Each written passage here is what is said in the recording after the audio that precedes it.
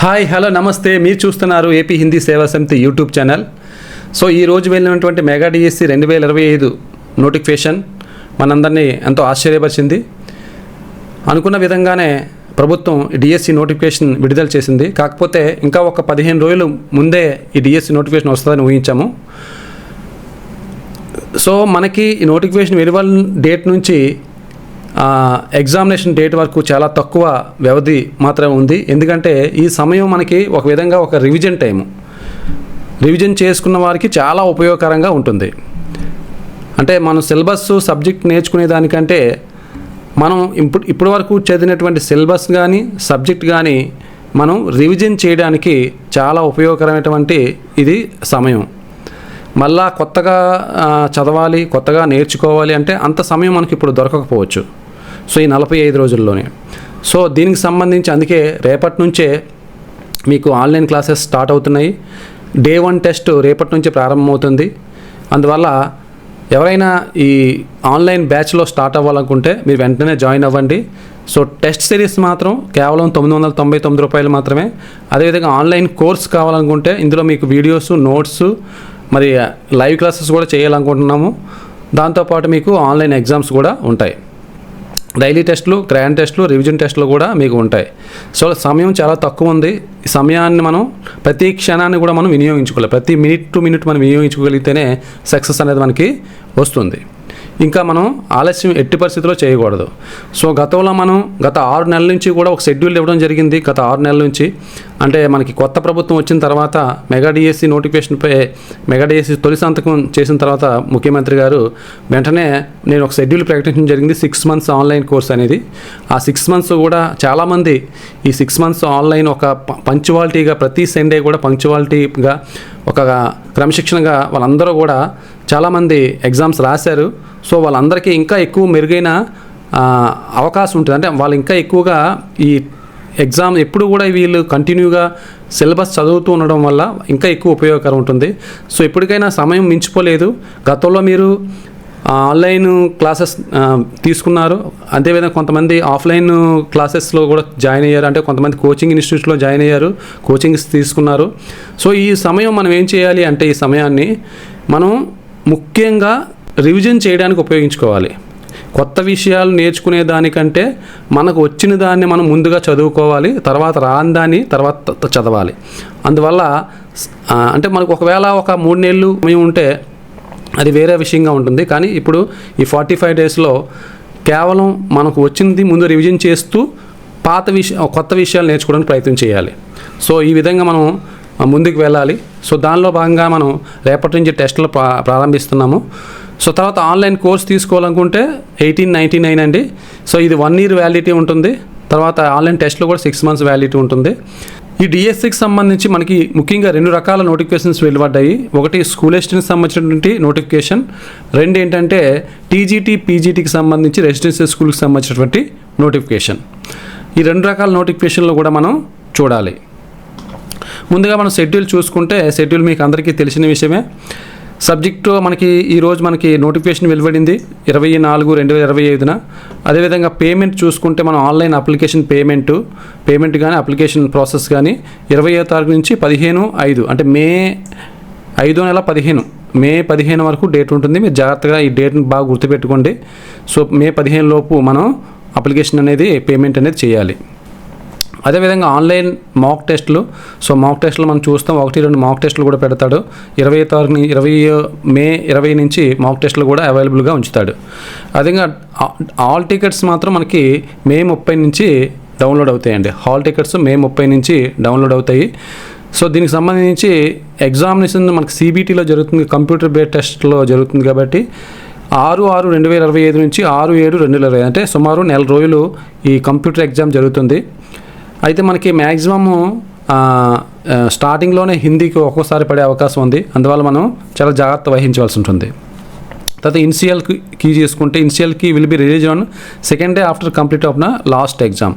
అయితే ఏదైతే ఎగ్జామ్స్ అవుతూ ఉంటాయో ఆ ఎగ్జామ్స్ అయిన తర్వాత ఆ సెకండ్ డే రోజు ఇనిషియల్ కీ అనేది రిలీజ్ అవుతుంది.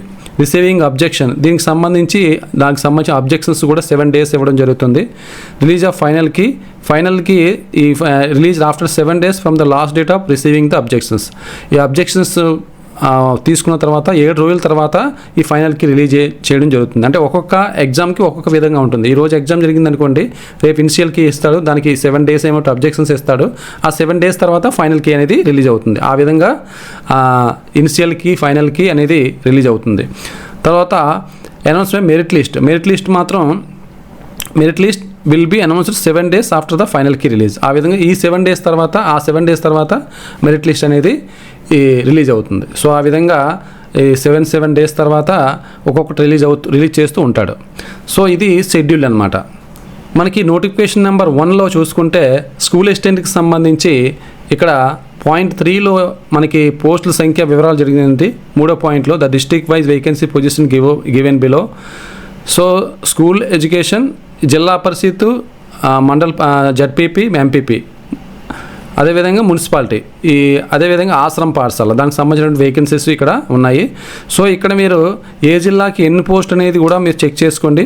సో ఆల్రెడీ మీకు దీనికి సంబంధించి రోస్టర్ పాయింట్స్ ఉన్నటువంటి కేటగిరీ వైజ్ ఉన్నటువంటి పోస్టులు డాక్యుమెంట్స్ అన్నీ కూడా ఆల్రెడీ మీకు వాట్సాప్ చేయడం జరిగింది. మీ అందరికీ కూడా గ్రూప్స్లో పెట్టడం జరిగింది. అదేవిధంగా మీరు డైరెక్ట్గా వెబ్సైట్లోకి వెళ్ళిపోయి మీకు వెబ్సైట్లోంచి కూడా డౌన్లోడ్ చేసుకొని మీరు మళ్ళీ చెక్ చేసుకోవచ్చు ఒకవేళ ఎక్కడైనా మిస్ అయితే మీకు స్కూల్ అసిస్టెంట్కి సంబంధించి ఈ Anantapuram 26, Chittoor 12, east Godavari 75, so YSR Kadapa 16, so ఈ విధంగా ఇవ్వడం జరిగింది.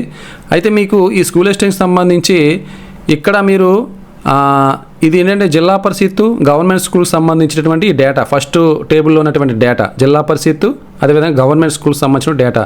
రెండో టేబుల్లో ఉన్నటువంటి డేటా ఏంటంటే మున్సిపల్ స్కూల్కి సంబంధించినటువంటి డేటా. మీరు ఇది ప్లస్ ఇది రెండింటినీ కూడా లెక్క పెట్టుకోవాలి.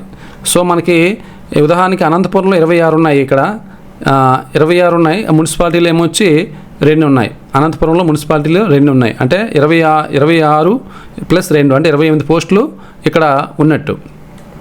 దీంతో పాటు మనకి ఇక్కడ ఆశ్రమ్ స్కూల్స్ కూడా ఇచ్చాడండి. ఆశ్రమ్ స్కూల్స్ కూడా ఇక్కడ కూడా స్కూల్ అసిస్టెంట్ పోస్టులే. సో ఆశ్రమ్ స్కూల్స్ కూడా మీరు ఒకసారి చెక్ చేసుకోవాలి. ఆశ్రమ్ స్కూల్స్ విశాఖపట్నంలో 11 ఉన్నాయండి వేకెన్సీస్. అదేవిధంగా ప్రకాశం డిస్టిక్లో 4 ఉన్నాయి, నెల్లూరులో 1 ఉంది. మిగతా జిల్లాల్లో మనకి హిందీ పోస్టులు అనేవి లేవు. సో ఇవి కూడా కలుపుకోవాలి. ఉదాహరణకి విశాఖపట్నంలో 28 పోస్టులు ఉన్నాయి, ఈ ఆశ్రమ్ స్కూల్లో 11 పోస్టులు ఉన్నాయి. మొత్తం 39 పోస్టుల కింద మీరు లెక్క పెట్టుకోవాలి, మొత్తం స్కూల్ అసిస్టెంట్ పోస్టులు. సో ఆ విధంగా మీరు లెక్క పెట్టుకోవాలన్నమాట.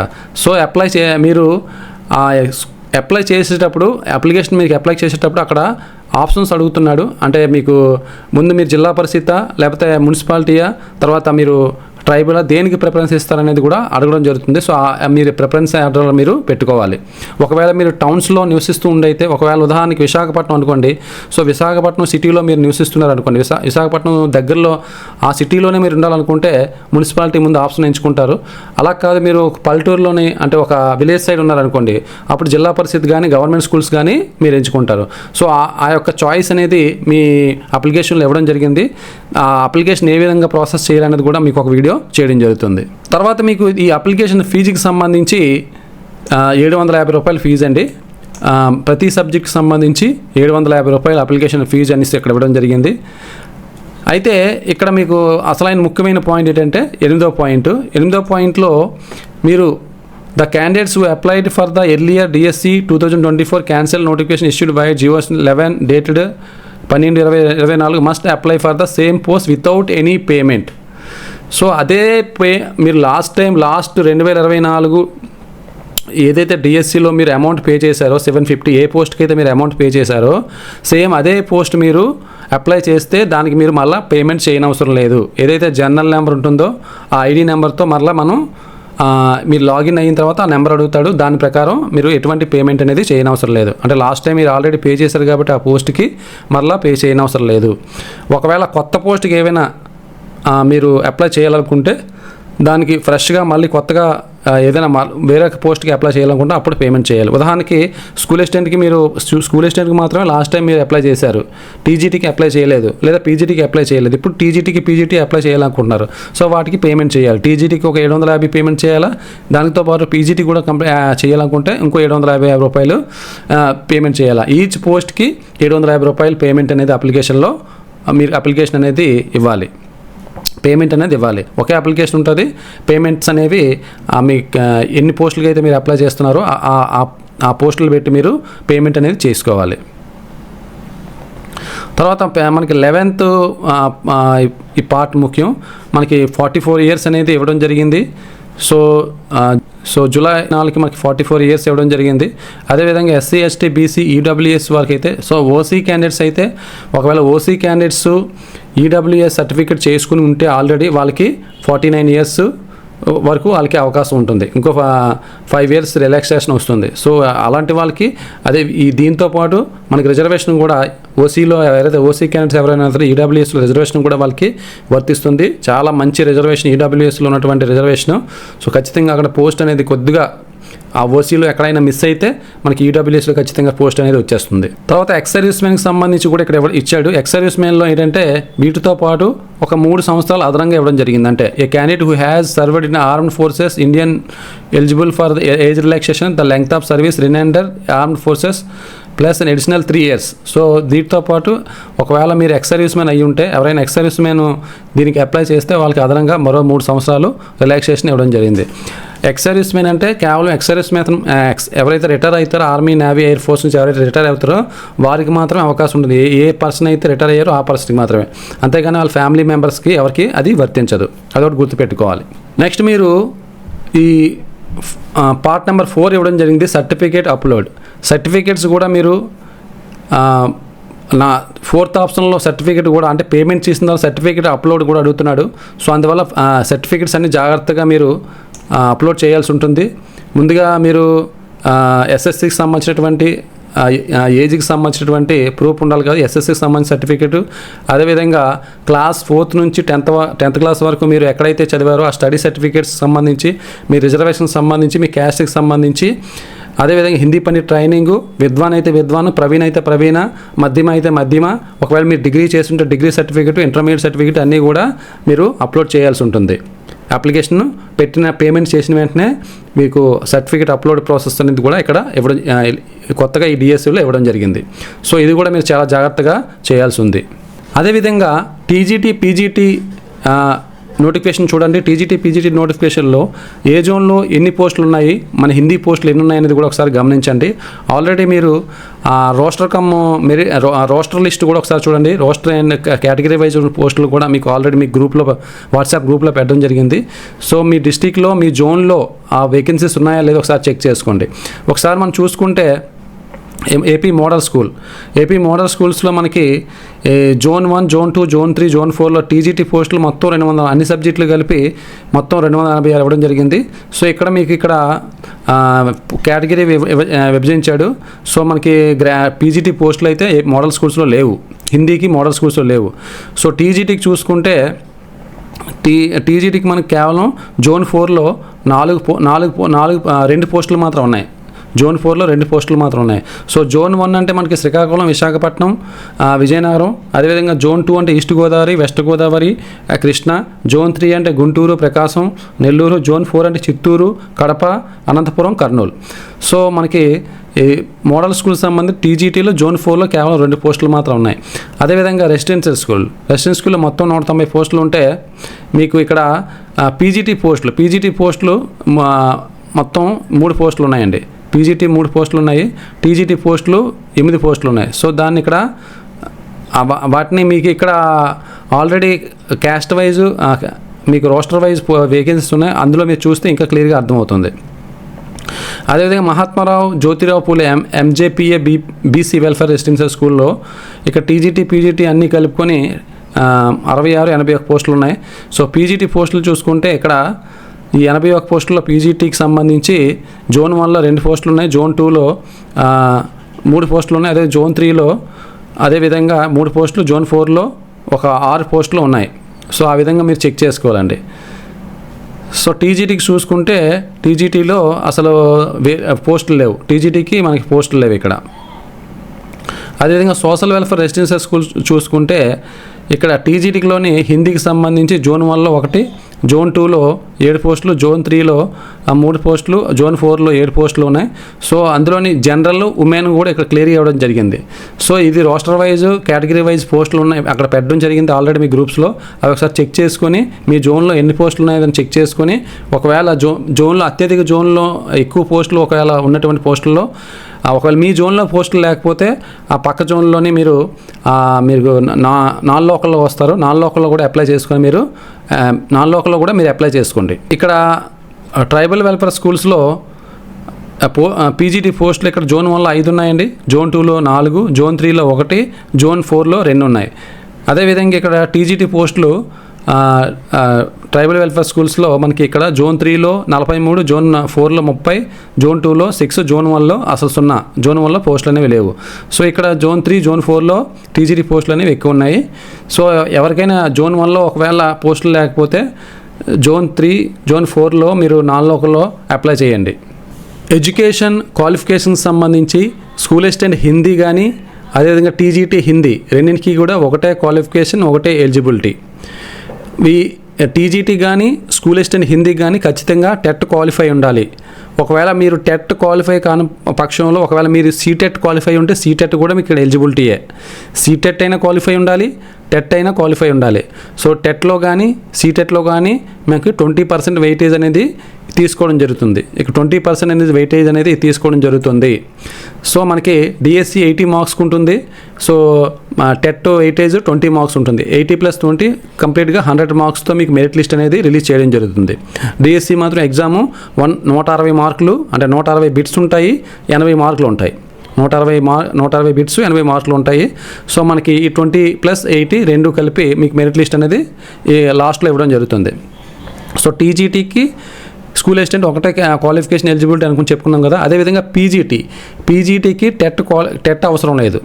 పీజీటీకి మాత్రం టెట్ అవసరం లేదు. కానీ పీజీటీలో ప్రస్తుతం మనకి స్పష్టంగా పీజీటీలో బీఈడీ కూడా ఉండాలనేసి అక్కడ ఇవ్వడం జరిగింది. అంటే పీజీతో పాటు పీజీటీకి మనం master of degree MA Hindi చేస్తాం కదా, ఎంఏ హిందీతో పాటు బీఈడీ కూడా ఉండాలని మెన్షన్ చేయడం జరిగింది.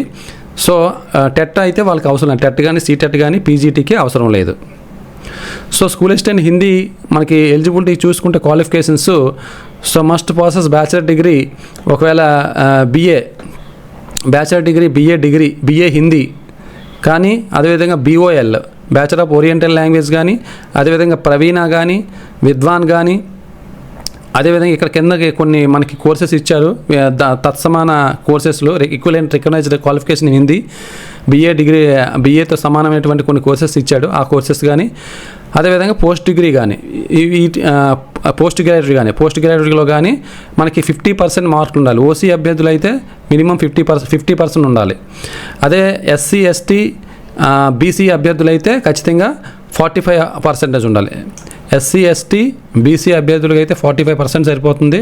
ఓసీ అభ్యర్థులకి అయితే ఖచ్చితంగా మీరు విద్వాన్లో కానీ ప్రవీణలో కానీ ఒకవేళ విద్వాన్ ప్రవీణ చేసి ఉండకపోతే ఒక BA హిందీ కానీ బ్యాచిలర్ ఆఫ్ డిగ్రీ హిందీ కానీ BOL కానీ అందులో 50% ఉండాలి. SC ST BC అయితే మనకి 45 మార్క్స్ అయితే సరిపోతాయి.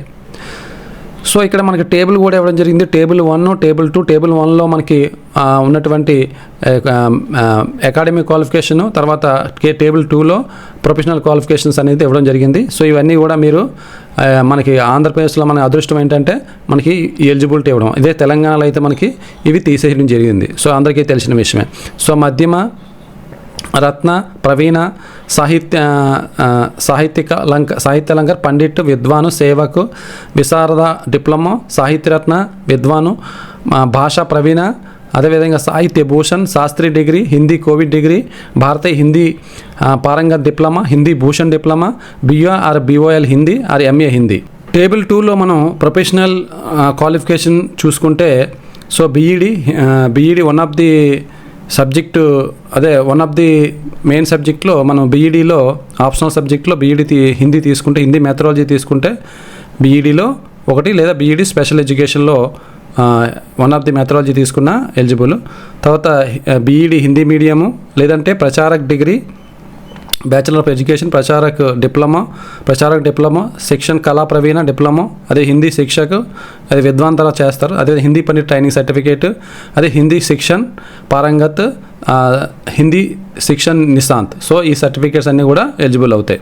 పీజీటీ హిందీకి సంబంధించి క్వాలిఫికేషన్ చూసుకుంటే పీజీటీ ఖచ్చితంగా PGT must process master degree in Hindi from UGC recognised university at least 50 marks. So OC అభ్యర్థులు అయితే ఖచ్చితంగా 50 మార్క్స్ ఉండాలి. అదేవిధంగా ఎస్సీ ఎస్టీ బీసీ అభ్యర్థులు అయితే 45% మార్క్స్ అయితే సరిపోతాయి. ఇక్కడ క్లియర్గా మనకి దీంతో పాటు అంటే ఎంఏ హిందీతో పాటు మరియు బీఈడీ చేసి ఉండాలి అని కూడా ఇవ్వడం జరిగింది. బీఈడీ లేదంటే స్పెషల్ ఎడ్యుకేషన్లో ఒకవేళ degree special education recognised NCT ఉన్నటువంటి స్పెషల్ బీఈడీ అనే సరే ఉండాలి అనేసి క్లియర్గా ఇవ్వడం జరిగింది. అదేవిధంగా ఇక్కడ 3 year ఇంటిగ్రేటెడ్ బీఈడీ లేదంటే ఎంఈడి విత్ మెథడాలజీ, లేదంటే ఎంఈడీలో మెథడాలజీ మీరు హిందీ మెథడాలజీ చేసి ఉంటే ఎంఈడీలో కూడా మీకు 50% మార్క్స్తో పాస్ అయి ఉంటే మీకు పీజీటీ చేయడానికి అర్హులు. సో అయితే పీజీటీకి మనం టెట్ రాయని అవసరం లేదు, అంటే టెట్ అవసరం లేదు, సీటెట్ కానీ ఏపీ టెట్ కానీ అవసరం లేదు. సో ఇవి ఎడ్యుకేషన్ మరియు క్వాలిఫికేషన్ సంబంధించినటువంటి details. So all the best. అందరూ కూడా ఎప్పటి నుంచో చూస్తున్నటువంటి మీ ఆకాంక్ష నెరవేరాలని కోరుకుంటున్నాను. ధన్యవాదాలు.